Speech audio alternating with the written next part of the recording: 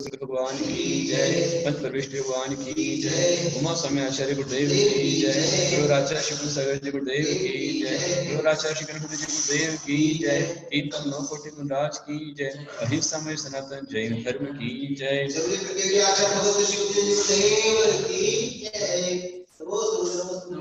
आज की हमारी क्लास की शुरुआत दीप प्रज्वलन से होगी और दीप प्रज्वलन के लिए वर्णित किया हमारे सुवर्णा जी सुभाष श्रावक जो पुणे से हैं।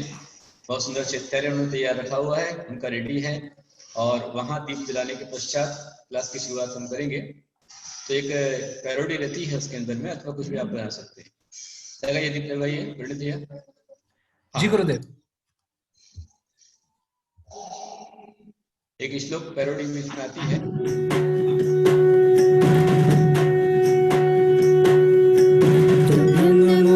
हे धर्म सूर्य तुभ्यं नमोस्तु वात्सल्य सिंधु तुभ्यं नमोस्तु हे प्रज्ञा योगी तुभ्यं नमोस्तु हे ज्ञान योगी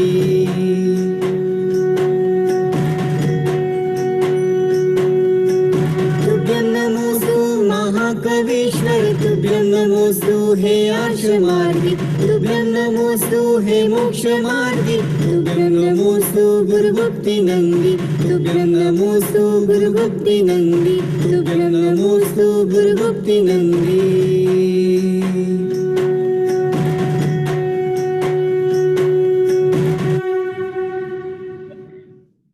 बहुत सुंदर चैत्यालय आपका है और इस चैत्यालय में सुंदर सा दीप जलाया है। ऐसे ही आपका ज्ञान का दीप लगता रहे। हमारा पूरे परिवार को, सुषमा जी सुवर्णा जी को और पूरे परिवार को, उनके बेटे को मेरा बहुत सारा आशीर्वाद सभी के लिए। आइए हम चलते हैं मोक्ष मार्ग की ओर, मोक्ष शास्त्र की ओर। मेरा आपको बहुत सारा आशीर्वाद।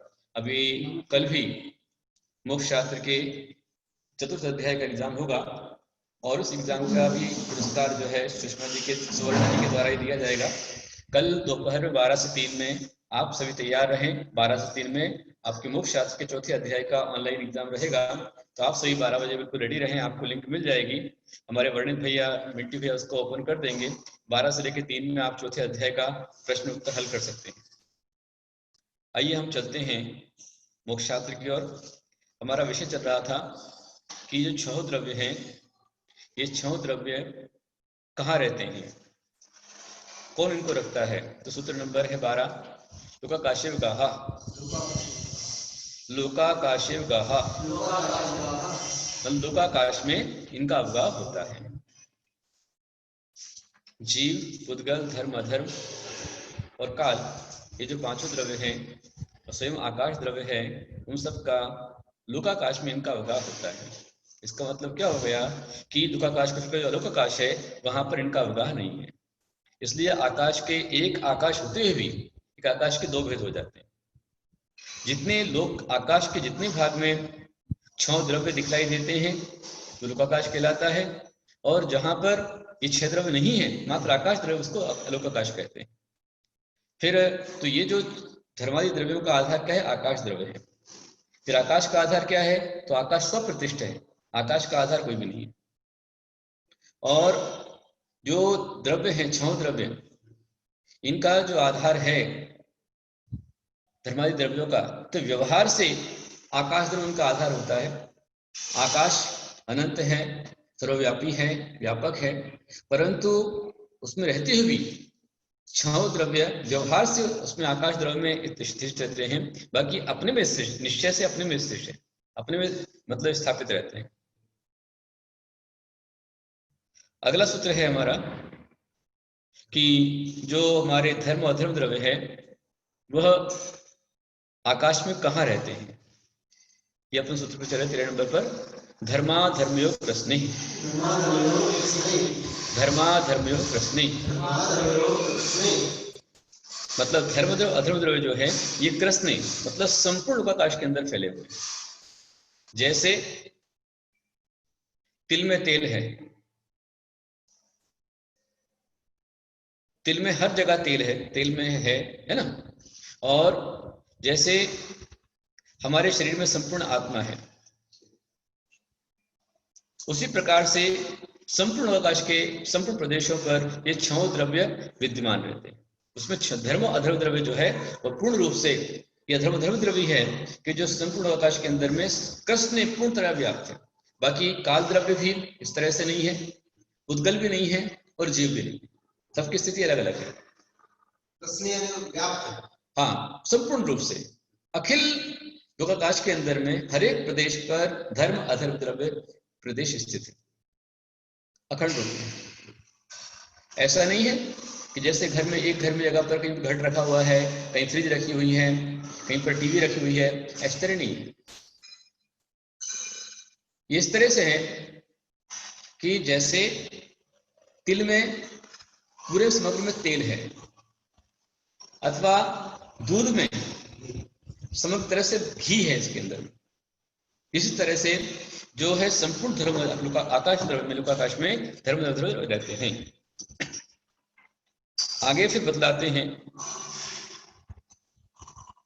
कि ये जो छह द्रव्य है। अच्छा देखिए, मैं जो आपको बता रहा हूं आप लोग पहली बार पढ़ रहे हैं, तो एक तरह से प्रथम बार में सरल सहजता से आपको समझ में आ जाए, आप ग्रहण कर पाए, जितना आपका सक्षम है उतना ही मैं आपको सरलता से समझा रहा हूं।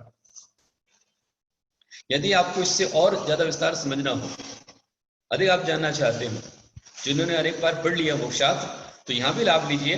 और इससे गहन पढ़ना है तो हमारे गुरुदेव वैज्ञानिक धर्माचार्य कृष्ण गुरुदेव भी पढ़ा रहे हैं, और वो हफ्ते में 2 बार पढ़ाते हैं, सोमवार शुक्रवार, इस तरह से कुछ उनका है। और वो लिंक बराबर सब जगह आती है, तो आप उसके अंदर भी आचार्य श्री के पास भी अध्ययन कर सकते हैं, पढ़ सकते हैं उनके पास। जो छह द्रव्य हैं ये लोकाकाश में रहते हुए परस्पर में बाधा को प्राप्त नहीं होते हैं, व्याघात से रहित हैं, इनमें व्याघात नहीं होता है। इनमें परस्पर में अवगाहित होने की शक्ति है और आवाहन देने की शक्ति है। जैसे एक कमरे में एक दीप लगावे तो उसका प्रकाश समा जाता है, और उसी कमरे के अंदर में हजारों दीप लगाएं तो उसका प्रकाश समा जाता है, कहीं कोई बाधा को प्राप्त नहीं होता है। इसी प्रकार से छह द्रव्य परस्पर में रहते हुए कहीं बाधा को प्राप्त नहीं होते। अब धर्म और अधर्म कहाँ रहते हैं बतला दिया। इसके पश्चात जो मूर्तिक है, अप्रदेशी है, संख्यात असंख्यात अनंत देश वाला जो पुद्गल है, वो पुद्गल द्रव्य उसके अवकाश में अवस्थान कहाँ पर है तो बता रहे। एक प्रदेशादिशु भाज्या पुद्गलानाम, एक प्रदेशादिशु भाज्या पुद्गलानाम।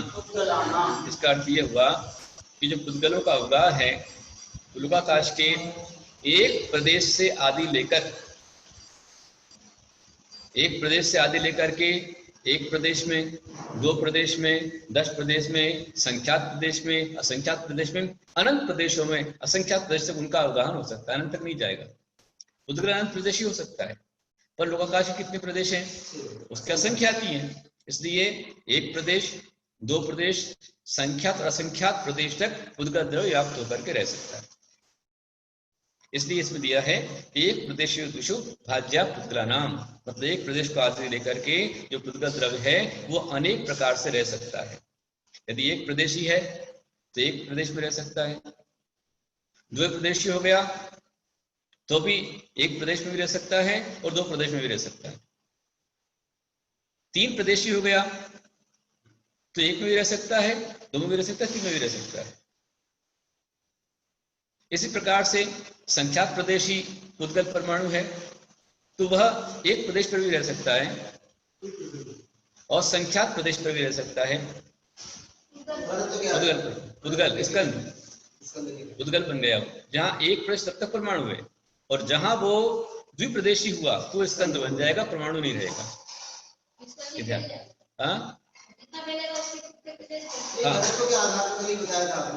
क्या बिल्कुल बिल्कुल बिल्कुल। हाँ, कल ही मैंने बताया था आपको कि जैसे रुई, 1 किलो रुई को जगह ज्यादा लगती है, वहीं 1 किलो लकड़ी उससे कम स्थान पर रह जाती है, 1 किलो मिट्टी उससे भी कम स्थान पर रह जाती है, 1 किलो लोहा उससे भी कम स्थान पर, 1 किलो चांदी उससे भी कम स्थान पर, 1 किलो सोना उससे भी कम स्थान पर, और 1 किलो पारा उससे भी कम स्थान पर। उनका बंध बहुत ज्यादा है।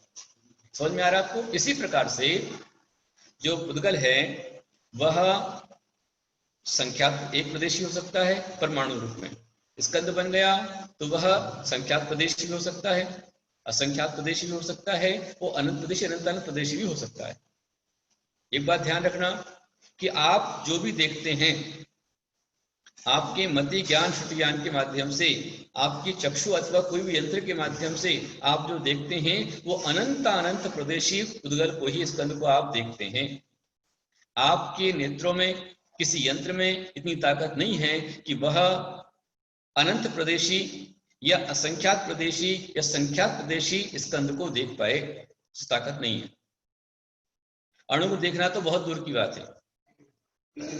अणु जो है वह केवल ज्ञानी अनंत भगवान ही देख सकते हैं, और असंख्यात प्रदेशी जो है अथवा इसके अनंत भाग को देखने की ताकत जो रूपिश्व वधे तदनंत भागी मन प्रयस्य, तो जो अवधि ज्ञान है वो असंख्यात प्रदेशी को देख सकता है, और किसी रूपी द्रव्य के अनंत भाग को भी देखना है तो मन प्रज्ञानी देख सकता है, लेकिन केवल ज्ञानी जो देख सकते वो कोई नहीं देख सकता।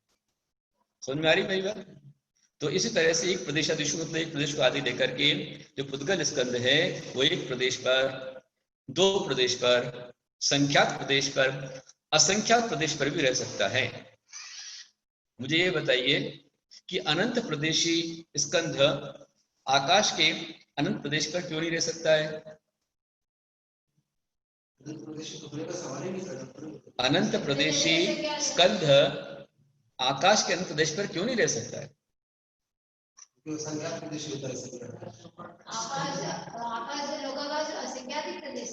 हाँ, आकाश में जो लोकाकाश है वो असंख्यात प्रदेशी है, लेकिन संपूर्ण जो आकाश द्रव्य अनंत प्रदेशी अनंत प्रदेशी है।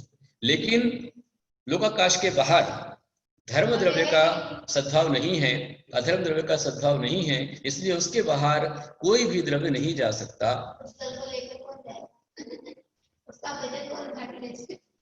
नहीं, जीव भी नहीं जा सकता ना। अनंत वीर के धारी केवली अहंत सिद्ध भगवान भी वह लोकाकाश के बाहर नहीं जा सकते। इसलिए जब हाँ संपूर्ण देखते, बिल्कुल भगवान के ज्ञान से कुछ भी छिपा नहीं है।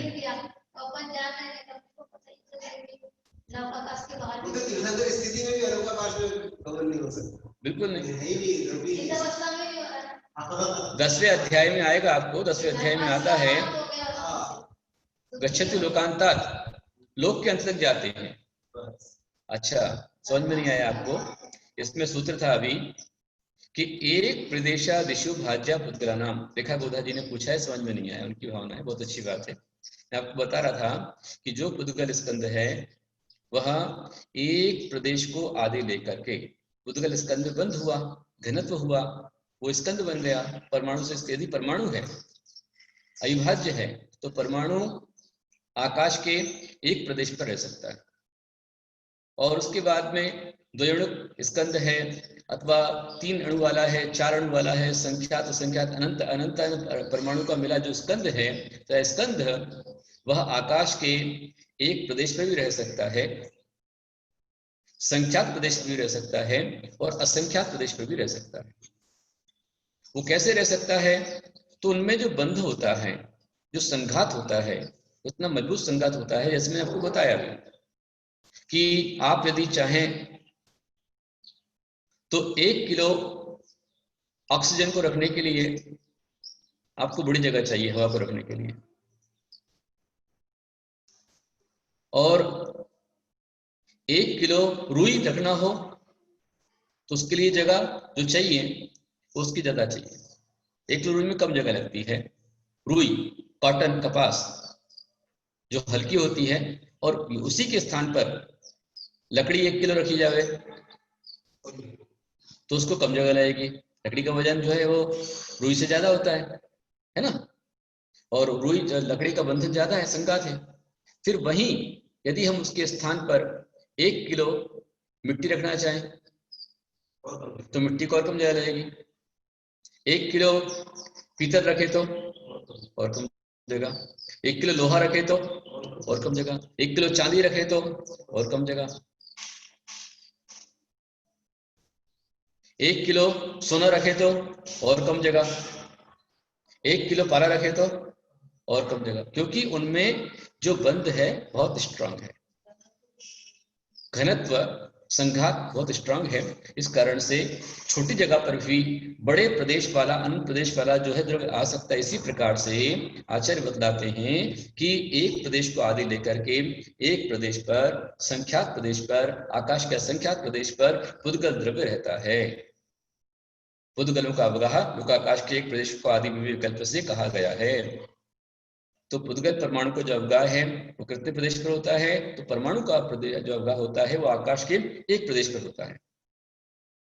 और बंधु को प्राप्त हुए या खुले हुए 2 या 3 परमाणु का अवगाह कितने प्रदेशों में होता है? तो एक प्रदेश में भी हो सकता है, 2 पर भी हो सकता है, 3 पर भी हो सकता है। और इसके बाद में संख्यात असंख्यात अनंत परमाणु का अवगाह कितने प्रदेशों पर होता है? तो संख्यात असंख्यात अनंत परमाणु का जो स्कंद है उसका जो अवगाह रहेगा वह लोक के संख्यात प्रदेश या असंख्यात प्रदेश पर हो सकता है। बाकी लोक के अनंत प्रदेश पर नहीं जाएगा। क्यों नहीं जाएगा? क्योंकि लोक अनंत प्रदेशी है, पर धर्म अधर्म द्रव्य जो है वो कहां तक है? वो असंख्यात प्रदेश तक ही है। आगे हम चलते हैं। अगला सूत्र, जीव द्रव्य का अवगाह कहां पर होता है? सूत्र नंबर 15 है, असंख्येय भागादिषु जीवानाम, असंख्येय भागादिषु जीवानाम। जीव द्रव्य जो है उस जीव द्रव्य का लोकाकाश के असंख्यात भाग आदि में लेकर के अवगाह हो सकता है। जीव द्रव्य असंख्यात प्रदेशी है ना? तो जो जीव द्रव्य है उसका अवगाह लोकाकाश के असंख्यात्वे भाग को आदि लेकर के हो सकता है। मतलब जो जीव है जब बहुत छोटी अवगाह धारण करता है, हाँ, लब्ध पर्याप्तक निगोदिया जीव अपने जन्म के तीसरे समय में उसकी सबसे छोटी अवगाहना होती है। और सूक्ष्म जीव तो उससे और छोटा होता है, जो छोटी हो जाए तो दिखता ही नहीं, वो भी किसी प्रदेश में तो रहता होगा।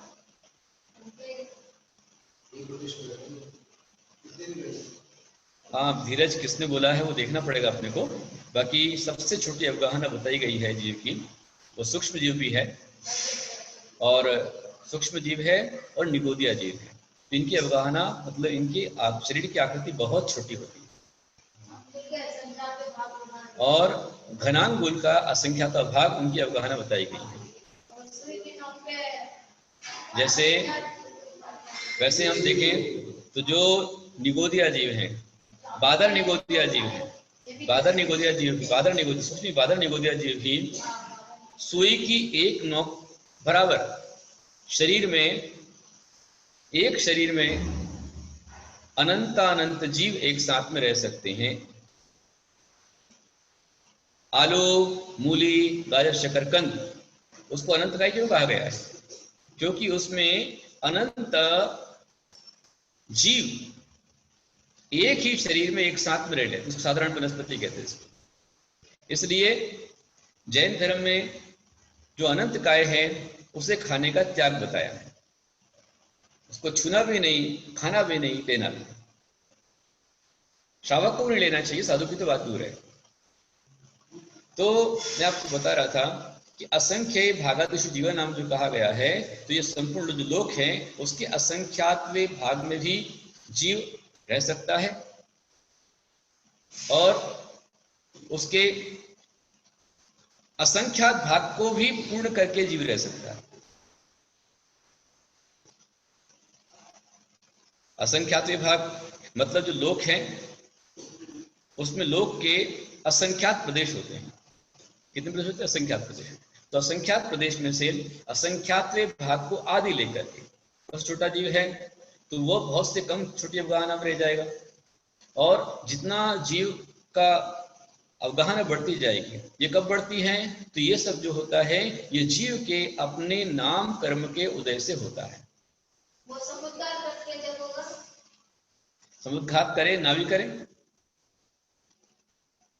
जरूरी नहीं समुद्घात करे, ऐसा जरूरी है। समुद्घात करके उस समय उनके दिए गए प्रदेश है, अणुगुरु देह प्रमाणो उपसंहार सपदो चेदा, उपसंहार और विसर्पण इसका स्वभाव है। जब तक संसार में है तो ये जीव कर्म के उदय से जैसा उसको शरीर नामकरण मिलता है उस प्रकार से छोटी अवगाहना प्राप्त करता है, बड़ी अवगाहना प्राप्त करता है। तो सूक्ष्म जीव की अवगाहना छोटी है और निगोदिया जीव, मैंने बताया आपको कि निगोदिया जीव ही जो जन्म लेता है, सूक्ष्म निगोदिया जीव, वो जन्म के तीसरे समय सबसे छोटी अवगाहना उसकी होती है। घनांगुर के साथ होगा सबसे छोटी अवगाहना, और सबसे बड़ी अवगाहना यदि होती है तो महामत्स्य की होती है। हाँ, तो अपने शरीर में भी वो करेंगे, प्रवेश करेंगे वो हो सकते हैं, सभी जगह जाने बिल्कुल। जब माता जी ने प्रश्न किया है कि जब समुद्घात होता है, समुद्घात का मतलब होता है कि आत्म प्रदेशों का शरीर से बाहर निकलना, तो जिस समय केवली भगवान लोक पूर्ण समुद्घात जब करते हैं माता जी, तो लोक पूर्ण समुद्घात में पहले ही दंड के समान पूरी तरह नाड़ी के अंदर फैल जाते हैं, फिर कपाट के रूप में होते हैं, फिर प्रतर होता है और लोक पूर्ण होता है। तो लोक पूर्ण में, लोक पूर्ण के समय पर ऐसा कोई भाग आकाश द्रव्य का नहीं बचता, आकाश का नहीं बचता है कि जहां पर वह जीव नहीं पहुंचा, उस प्रदेश नहीं पहुंच पाए।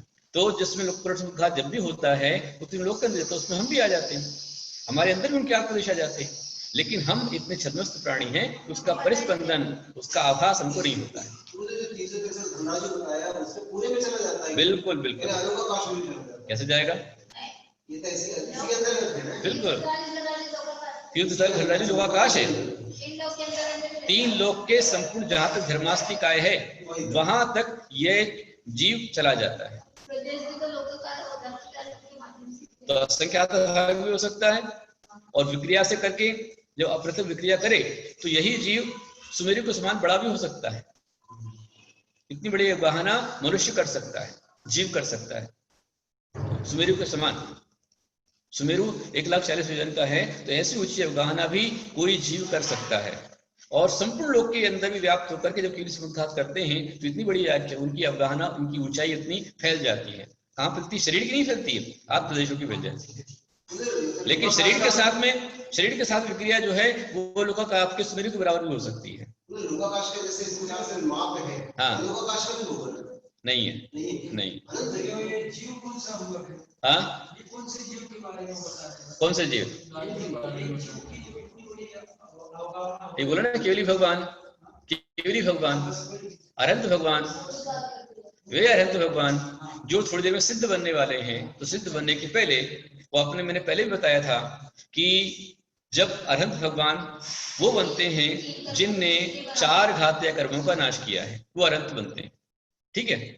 और अनंत के 4 आघाती कर्म हैं, तो आयु कर्म की स्थिति कम है, अन्य कर्म स्थिति ज्यादा है। उसको बैलेंस लाने के लिए वो केवली समुद्घात करते हैं, उनकी अपेक्षा होता है। और जब समुद्घात करते हैं उस समय पर 3 लोक उनके प्रदेश फैल जाते हैं, आत्म प्रदेश फैल जाते हैं। इस कारण से उस अपेक्षा से यहाँ पर असंख्य भागादिशु जीवा नाम का अर्थ है कि असंख्यात भाग को आदि लेकर के, असंख्यात भाग भी हो सकता है और असंख्यात भाग के अंदर भी फैल सकता है, ठीक है। असंख्य भागादिशु जीवा नाम का मतलब हो गया असंख्यात भाग पकड़ना। यहाँ पर असंख्यात भाग भी पकड़ लेना, और असंख्यात भाग के अंदर ही फैल सकता है। हमेशा ऐसा नहीं कि असंख्यात भाग के अंदर ही रहेगा, वो जाकर और भी व्याप्त हो सकता है। जैसे दीपक है, उस दीपक को आपने छोटे लोटे में रखा तो उसका प्रकाश उस छोटे कलश बराबर हो जाएगा, है ना। और वही दीपक को आपने घड़े में रख दिया तो उसका प्रकाश घड़े बराबर हो जाएगा। उस दीपक को आपने टंकी में रख दिया, टंकी बराबर हो जाएगा। उसी दीपक को एक कोठी में रखा तो कोठी बराबर उसका प्रकाश हो जाएगा। उसी दीपक को आपने उठा करके एक बड़ी टंकी में रख दिया, या एक बड़े ड्रम में रख दिया, या एक कमरे में रख दिया, कमरे के बराबर उसका हो जाएगा। जैसा दीपक का प्रकाश जिसको आधार मिलता है, वैसा उसके प्रकाश की मतलब वो उसकी बढ़ जाती है, विस्तार बढ़ जाता है, फैल जाता है। इसी प्रकार से इस जीव को उसके नाम कर्म के उदय से जैसा शरीर मिलता है, आपने उस निगोदिया जीव को तो देखा नहीं, कम से कम आपने चींटी को देखा है। और आप जंगल में आइए तो आपको चींटी से भी बहुत बारीक जीव आपको मिल जाएंगे। बरसात में कितनी बारीक के लिए हो जाती है। आपकी जो किताबें हैं, जमीन पे शाम के एकदम बारीक जीव, बिल्कुल मिट्टी कलर के, सीमेंट कलर के जीव बारीक होते हैं, चलते हैं। हाँ, एक हम लोगों ने बहुत छोटी चिड़िया देखी, बहुत छोटी। तो ये जो है, तो भी उसके भी जीव के असंख्यात प्रदेश ही हैं। और शरीर जो हम देख रहे हैं वो अनंत अनंत परमाणुओं का स्कंद रूप शरीर ही हम देख पा रहे हैं। समझ में आ गया रेखा जी आपको? और किसी को नहीं समझ में आया तो पूछ सकते हैं। तो जो जीव होते हैं, जीवों के जो शरीर होते हैं वो दो प्रकार के होते हैं, सूक्ष्म और बाधक। तो सूक्ष्म शरीर जो होता है वह तो कभी किसी से बाधा को प्राप्त होता ही नहीं है और न कभी बाधित होता है ना। मतलब सूक्ष्म जीव जो है वह यहाँ पर संपूर्ण लोकाकाश में ठसाठस भरे हुए हैं। हम जब बैठे हुए सूक्ष्म जीव हैं तो उनको हानि हमसे नहीं होती, हमसे उनको हानि नहीं होती। वे हमको हानि नहीं पहुंचा सकते हैं, हम उन्हें हानि नहीं पहुंचा सकते। तो बड़े पटर को भी भेद कर निकल जाते हैं।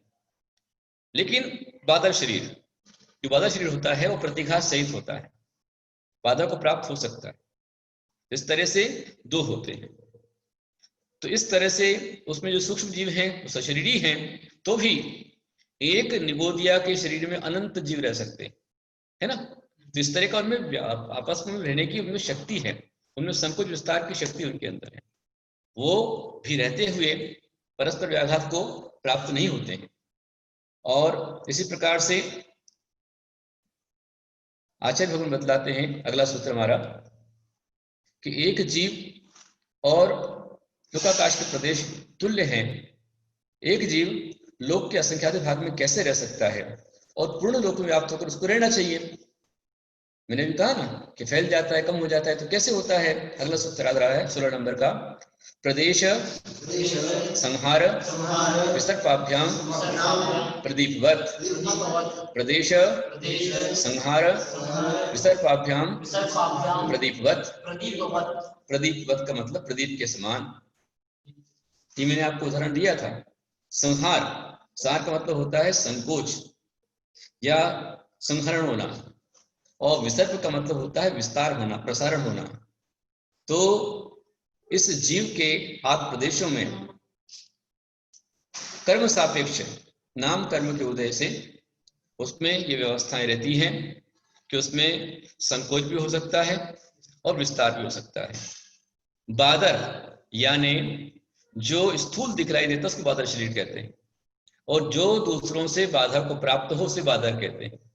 जो बाधा को प्राप्त होता है और बाधित होता है उसको बादर कहते हैं। जैसे अभी बहुत तेज हवा चल रही है, सपना आपके घर में बहुत तेज ठंडी हवा आ रही है और आपने खिड़की बंद कर दी, दरवाजा बंद कर दिया, तो हवा आई क्या? नहीं आई, उसको रोक लग गई, बाधा आ गई। या बाहर से सूरज की किरणें आपके घर में आ रही, पूर्व दिशा है, तुम्हारा घर पूर्व मुखी है, सामने पूरब की किरणें आपके घर में आ रही है, आपने खिड़की बंद कर दी तो सूर्य की किरणें आई क्या? नहीं आएंगी, प्रकाश नहीं आएगा। तो प्रकाश बादल हो गया, हवा बादल हो गई। पानी बह रहा है, बहता जा रहा है, आप उसमें डैम खड़ा कर दिया तो पानी रुक गया, और पानी का प्रेशर यदि ज्यादा आ जावे तो डैम को फोड़ के चला जावे, इसलिए डैम फूटने जैसे गेट खोलना पड़ता है। तो ये बादर जो है पंच स्थावरों के अंदर भी है, और हम 2 इंद्रिय 3 इंद्रिय 4 इंद्रिय जीव जो हैं, जैसे आप जाना चाहो तो आपको जब बाहर जाना है तो गेट खोल के बाहर जाना पड़ेगा। ऐसा नहीं हो सकता कि आप दीवार के अंदर से पार होके निकल जाओ। पर सूक्ष्म जीव जो होता है वो कहीं से भी आ जा सकता है, न किसी से बाधित होता है, बाधा को प्राप्त होता है। लेकिन बादर जो शरीर होता है स्थूल होता है, और वो बाधा को, जो दूसरों से बाधा को प्राप्त हो उसे बादर कहते हैं, या दूसरे को बाधित करे उसको बादर कहते हैं। जैसे अग्नि आपको छू जाए तो जला देगी, पानी में गए तो पानी मार देगा, या पानी में आप उतरे तो पानी बहा देगा, हवा तेज आई तो हवा आपको उड़ा देगी। तो बादर बना उसके अंदर। वैक्रिक शरीर तो बारीक नहीं रहता, फिर वो बाधित नहीं होता। हाँ, वैक्रिक शरीर जो है ना वह कदाचित बाधित नहीं होता है, परंतु जो आपस में वैक्रिक शरीर वाले मिल जावे ना तो बाधा प्राप्त करा लेते हैं एक दूसरे को। उनकी विक्रियाओं से। व्यक्ति शरीर जो होता है, मनुष्य ने पूछा है कि व्यक्ति बादल प्राप्त नहीं होता है, बादल प्राप्त ना भी हो तो ही बादल शरीर है, क्योंकि उसको भी बाधा है। जैसे व्यक्ति शरीर वाले नारकी हैं, वो अपने नरक से ऊपर नहीं जा सकते, और जो देव हैं उनकी एक सीमा है, वो तीसरे नरक के नीचे नहीं जा सकते, और ऊपर में अपना जो विमान उसके ध्वजन के ऊपर नहीं जा सकते।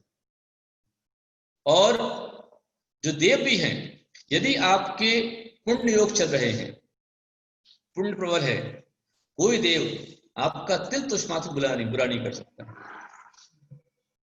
और यदि आपके अशुभ कर्म के उदय हैं, पाप कर्म के उदय हैं, हल्का से भी देव जो है आपको परेशान कर सकता है। तो मूल भूल अपने कर्मों की है।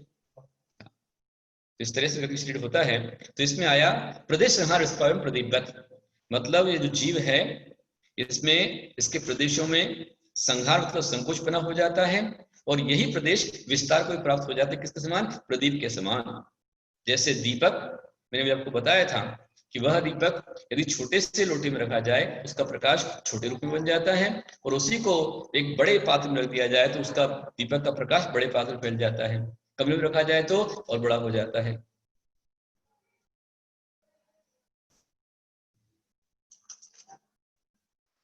सूक्ष्म जीव जो सुई की नोक के बराबर होते हैं वो तो दिखाता है, पर अति सूक्ष्म जीव नहीं दिखते हैं।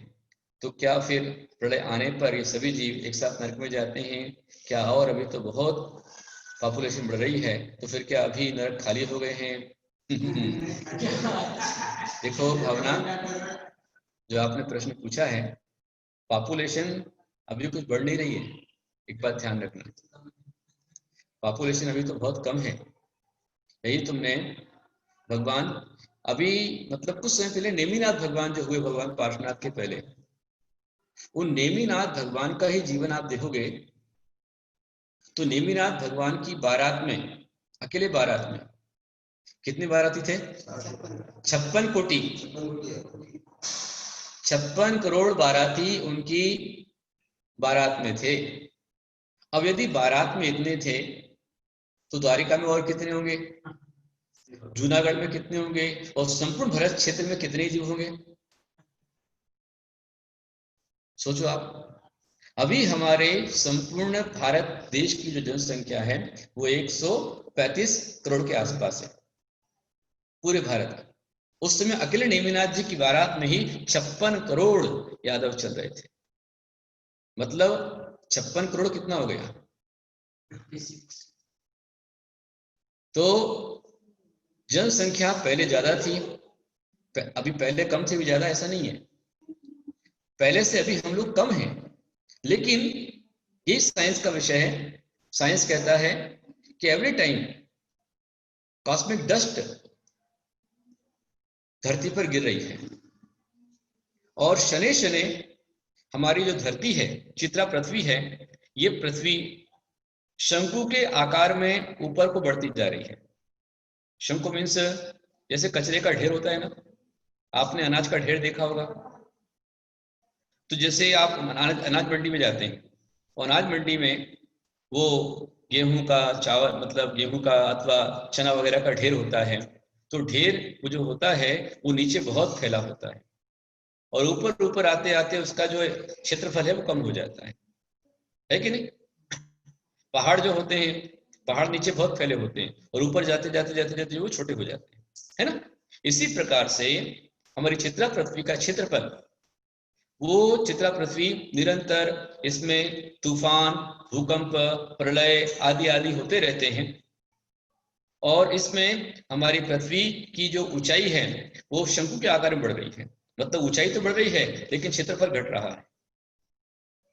जैसे अभी आप स्वयं देख लीजिए कि द्वारिकापुरी जिस समय नेमिनाथिक और नारायण कृष्ण आदि थे, उस समय द्वारकापुरी ऊपर महल था धरती पर, लेकिन आज जलस्तर इतना बढ़ चुका है कि वो द्वारिकापुरी आज जो है वह धरती में समा गई है।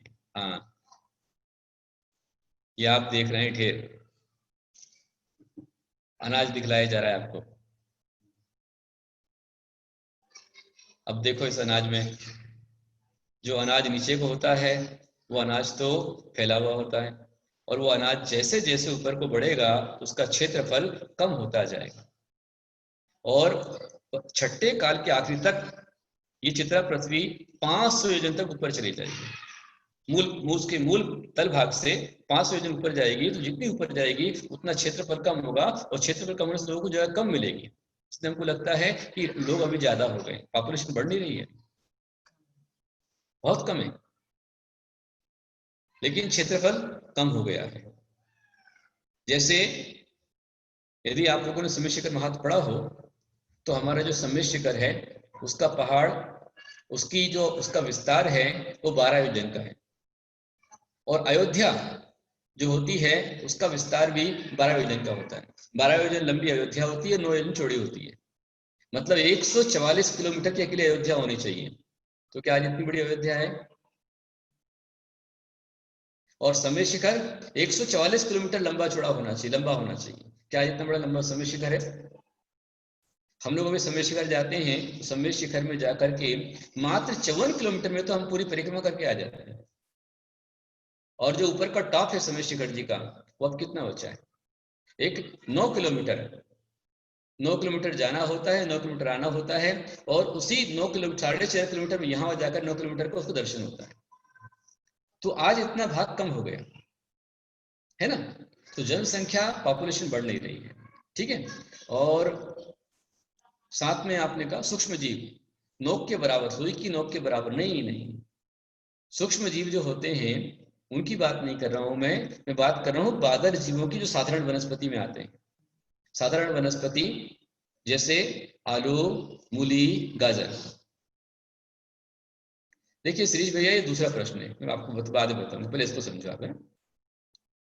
दही के जमने में ये जीव द्रव्य सब होता है या अजीब से होता है, ये विषय दूसरा है, पहले अब इसको समझो आप। बात जो आलू में, मूली, गाजर में जो जीव हैं, वह जीव ध्यान रखिए कि वह जीव सूक्ष्म नहीं, बादर हैं और बाधा को प्राप्त होते हैं। इस कारण से हमारे आचार्यों ने आलू खाने को मना किया है, अनंतकाय खाने को मना किया है। यदि उन जीवों का घात नहीं होता, बाधा नहीं होती, तो आचार्य मना नहीं करते आपको खाने के लिए। जैसे अन्य वनस्पति, प्रत्येक वनस्पति है, लौकी है, तोरई है, परवल है, टिंडे हैं वगैरह, जो प्रत्येक वनस्पति है उसे खाने को मना नहीं किया है क्योंकि वो प्रत्येक वनस्पति है। और जो साधारण वनस्पति है उसमें एक शरीर में इतने जीव हैं, और जो आलू है वो एक शरीर से बना नहीं है। ध्यान रखो आप, आलू में सुई की नोक से भी पॉइंट बराबर स्थान पर एक शरीर है। तो इस तरह से जो आलू है उसमें अनंत काय, इसलिए अनंत काय को कहा जाता है। एक आलू में अनंत काय है और एक काय में अनंत शरीर है, अनंत अनंत, इसलिए बड़प्पदी काय जो अनंत अनंत आता है। तो आप यदि आलू खा रहे तो अनंत अनंत जीवों को आप खा रहे हो, बादल जीव है। वो आपके काटने से, जब पकाने से, जराने से बाधा को प्राप्त होते मर जाते हैं, वो सूक्ष्म नहीं, बादल जीव है। और जो सूक्ष्म जीव होते हैं वह तो संपूर्ण लोक में सरासर भरे हुए हैं, ठीक है। तो इस कारण से सूक्ष्म जीव नहीं, बादर जीव हैं। और नरक भी खाली नहीं है, नरक में भी वहां व्यवस्था है, खूब सारे असंख्यात जीव नरक के अंदर हैं और असंख्यात जीव स्वर्ग में भी है, और असंख्यात जीव जो है वो आपके भूभूमि के अंदर भी है। मनुष्य की संख्या ही जो होती है संख्यात में आती है, हमेशा मनुष्यों की संख्या संख्यात में रहती है।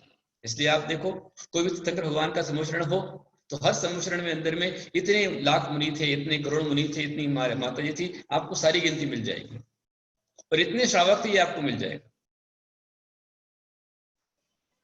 बादर का स्पष्ट अर्थ यह होना चाहिए कि जो दूसरों से बाधा को प्राप्त हो और जो दूसरे को बाधित करे, दूसरे को बाधा दे सके, बाधा को प्राप्त हो, उसको बादर कहते हैं।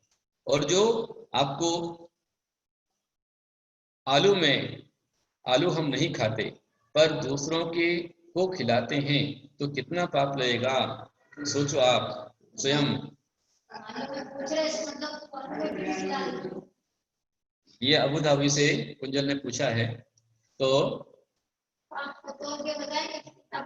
आप सोचो कि स्वयं जहर खाने में कितना पाप है और दूसरों को जहर खिलाने में कितना पाप है। जैसा दूसरों को जहर खिलाने में पाप है, उतना ही दूसरे को आलू खिलाने में पाप है। हम स्वयं नहीं खाते, हम दूसरों को समझाएं, बताएं कि देखो आचार्य श्री ने ये कहा था, जैसे ही मैंने आपको बताया, ये आपको YouTube पे लिंक मिल जाएगी, तो ये विषय आप घर वालों को समझाइए कि भाई इसमें इतने इतने जीव हैं, इसलिए हमारे आचार्यों ने अनंत काई आलू मूली गाजर खाने को मना किया है, नहीं खाना चाहिए। आप बतलाएंगे तो समझ जाएंगे। तो स्वयं खाने में पाप है, दूसरों को खिलाने में पाप है, और इसलिए हमारे यहाँ पर जो पाप होता है वो 9 कोटि से बताया। कृत कारित अनुमोदना और समारंभ समारंभ आरंभ।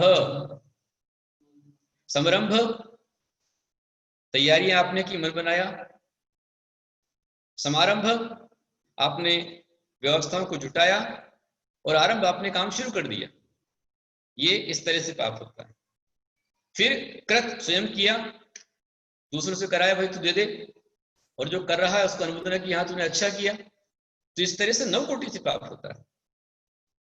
मन वचन काय कृत कारित अनुमोदना।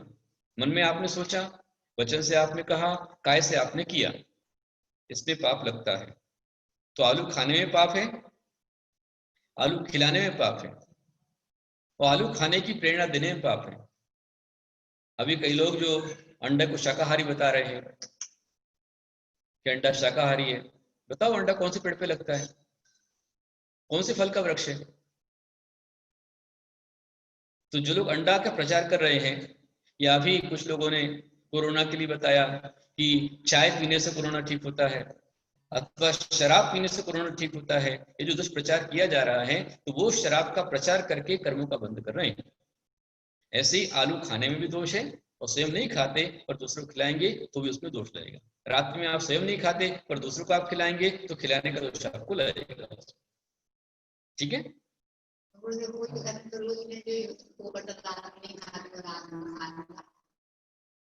और कोई प्रश्न आपका, क्योंकि समय अपना हो चुका है। बादर का स्पष्ट आपको और समझ में आ गया है ना, और आलू का आपको भी बता दिया। अब दही की बात हमारे श्री भैया कर रहे थे, श्रीश पाटनी जी, दही के विषय में, वो मैं आपको बता रहा हूँ। दही दही जो होता है, उसमें दही से दही जो जमता है उसमें जीव हानि है। दही से दही जमाया जाए तो वो त्रस घात उसमें होता है, त्रस जीवों के घात उसके अंदर होता है। लेकिन शुद्ध दूध है, ऐसा दूध जो आपने गाय या भैंस के माध्यम से प्राप्त किया और 48 मिनट के अंदर अंदर में उसे छानकर गर्म कर लिया, 24 घंटे की लिमिट कर दी। ऐसे दूध में आपने चांदी का सिक्का धो करके स्वच्छ करके, चांदी का सिक्का या मार्बल का पीस या बादाम या नारियल का टुकड़ा आपने डाला, और डाल करके वो दही जमा, दूध से दही बन गया, और उस दही में जब तक खट्टापन नहीं आया है, खटास नहीं आई है, तब तक वह दही शुद्ध है, उसमें कोई जीव नहीं है और जीव हानि नहीं है। ये जो दही है, इसका प्रैक्टिकल प्रयोग हमारे वैज्ञानिक आचार्य करुणानिधि गुरुदेव ने दिल्ली में, डॉक्टर डीसी जैन थे जो सरोजिनी हॉस्पिटल के हेड ऑफ द डिपार्टमेंट थे, अभी भी हैं दिल्ली में, ग्रीन पार्क में रहते हैं डॉक्टर डीसी जैन। तो उन्होंने वैज्ञानिक यंत्रों के माध्यम से वो दोनों दही को दिखलाया। एक दही से बना दही, उसमें त्रस जीव दिख रहे थे।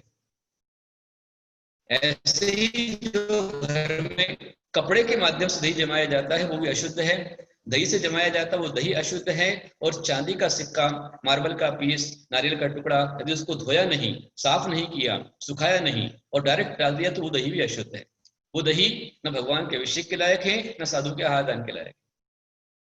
दही से दही कभी नहीं जमाना चाहिए।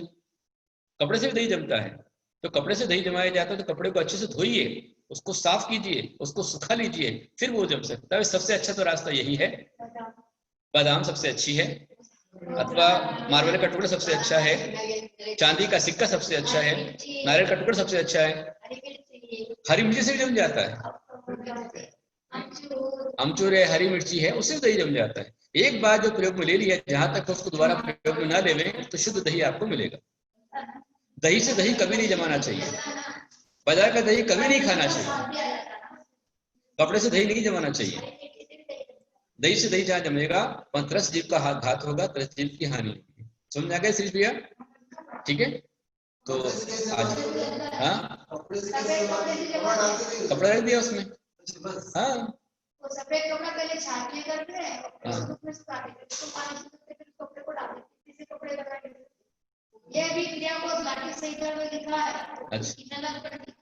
अच्छा, ये नसीराबाद साहित्य में लिखी है। किशनलाल जी पुण्य नसीराबाद वाले हुए हैं, उन्हें लाठी संहिता में कपड़े से दही जमाने का वर्णन किया है। उसमें भी ये वर्णन है। अच्छा अच्छा, वो कपड़े से ठीक है, लेकिन कपड़े को साफ नहीं करे तो उसमें भी थी होंगी। हाँ कल आप तैयार रहिए,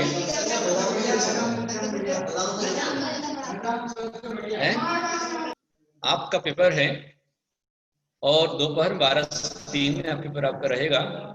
चौथे अध्याय में आपने जो पढ़ा है देव संबंधी जो पूरा वर्णन आपने चौथे अध्याय के अंदर पढ़ा हुआ है, उसका एग्जाम आपका कल रहेगा, तो आप उसके लिए तैयार रहें एग्जाम देने के लिए।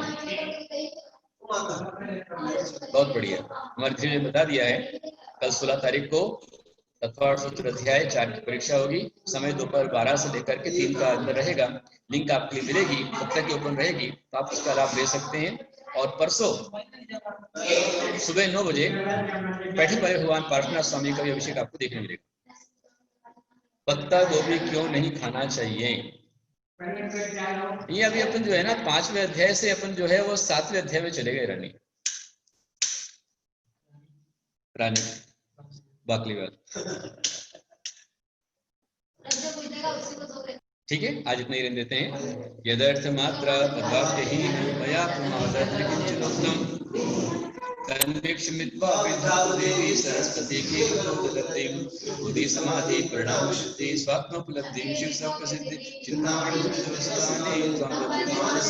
देवी हे जिनवाणी भारती शरणागते सोपावसते जावाणी के ज्ञानते सुझे लोकाल सोवाणी सद्रो सदा दे तो देव जो हरिहर से दया धर्म पालो सदा यही मुक्ति का धर्म कर संसार सुख धर्म कर धर्म पंथ साधे बिना तेरे समान पाप पंथ परिहर मोक्ष पंथ पग धरो अभिमान छोड़ संसारी संग ज्ञान सुमति सो करे संग बड़ो मुनि मन निरंजन जय सोहे काटत करम बंद नव तत्वधारी है हमारा विधि तारो तप ऐसे सब वंदना हमारी जैसे श्री राधा को वंदना हमारी है, जैसे श्री तिरंगे जी को वंदना हमारी है।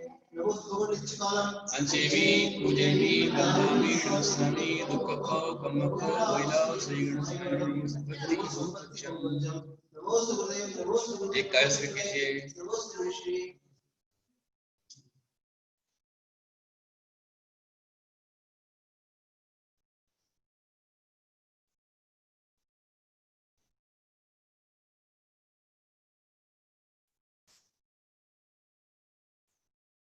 सविता प्रवीण साहू जी ने पूछा है कि सूतक में एग्जाम दे सकते हैं क्या, तो सूतक में एग्जाम मत दीजिए, क्योंकि जिनवाणी को आपको टच करना पड़ेगा, इसलिए मत दीजिए, सिर्फ ऐसे ही देख लीजिए। और अभी आप सुन सकते हैं सूतक में वृद्धि में आप सुनिए, पर कोई नोट्स मत बनाइए, तो जिनवाणी खुलकर मत बैठिए। सूतक रहे तो जिनवाणी नहीं खोलना है, ऐसे बैठ करके आप सुनते रहिए। और यूट्यूब पर आपको लिंक रहेगा, बाद में आप नोट्स करना चाहें बाद में आप उसको पढ़कर फिर नोट बना सकते हैं।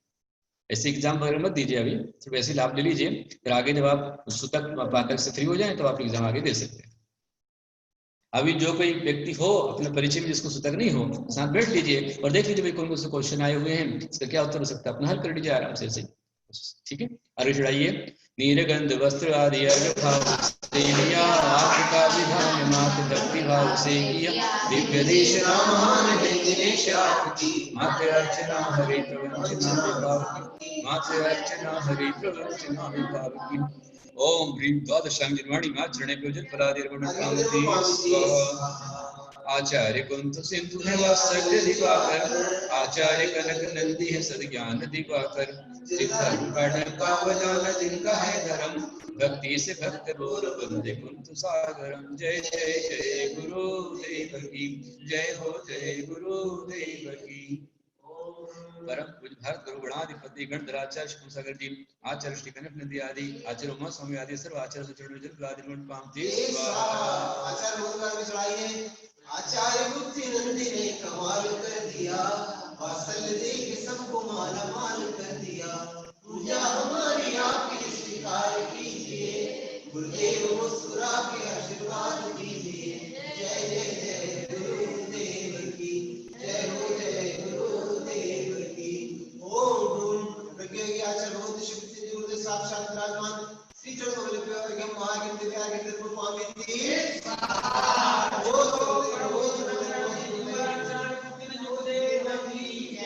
आचार्य शंकर की जय, धर्म तीर्थ क्षेत्र की जय। जय बोलिए। हाँ, जय बोलिए आचार्य श्री गुप्त नंदी जी गुरुदेव की जय। और कल हमारा यहाँ पर तत्वाद सूत्र का एग्जाम होगा अध्याय 4 का। तो एग्जाम वैसे ही होगा जैसे पहले जो रूल थे सब। लिंक आपको आएगी, लिंक पे क्लिक करने के बाद सब डिटेल डालने के बाद एक पेज में आपको 10 क्वेश्चन दिखेंगे। तो ऐसे 50 क्वेश्चन रहेंगे और एक क्वेश्चन 2 मार्क्स का रहेगा। ऐसे 100 मार्क्स का हमारा ये पेपर होगा। और कोशिश कीजिएगा कि हमारा जो एवरेज आता है हमेशा 84 लोगों का आता है, तो ये पेपर ज्यादा से ज्यादा लोग दें, क्योंकि हमारे तत्वाद सूत्र ग्रुप भी पूरा फुल हो चुका है, लेकिन क्लास में सिर्फ 60 लोग ही ज्वाइन होते हैं। उसमें बहुत सारे लोग हैं जो यूट्यूब पे भी देखते हैं, तो उन लोगों को ग्रुप में ज्वाइन होना है। लेकिन जो लोग रोज ज्वाइन होते हैं वो कोशिश कीजिए कि जो लोग ग्रुप में हैं, यदि वो आपके रिलेटिव है तो उन्हें बोलिए वो ज्वाइन हो, अथवा ग्रुप से लेफ्ट हो जाए, ताकि हम दूसरे लोगों को उसमें ऐड करके वो लोग पुण्य अर्जन कर सकें।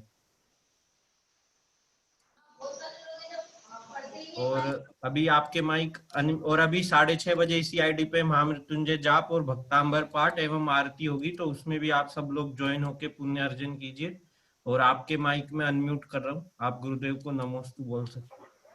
नमोस्तु गुरुदेव, नमोस्तु गुरुदेव, नमोस्तु नमस्ते गुरुदेव, नमस्ते नमस्ते गुरुदेव, नमस्ते गुरुदेव, नमस्ते।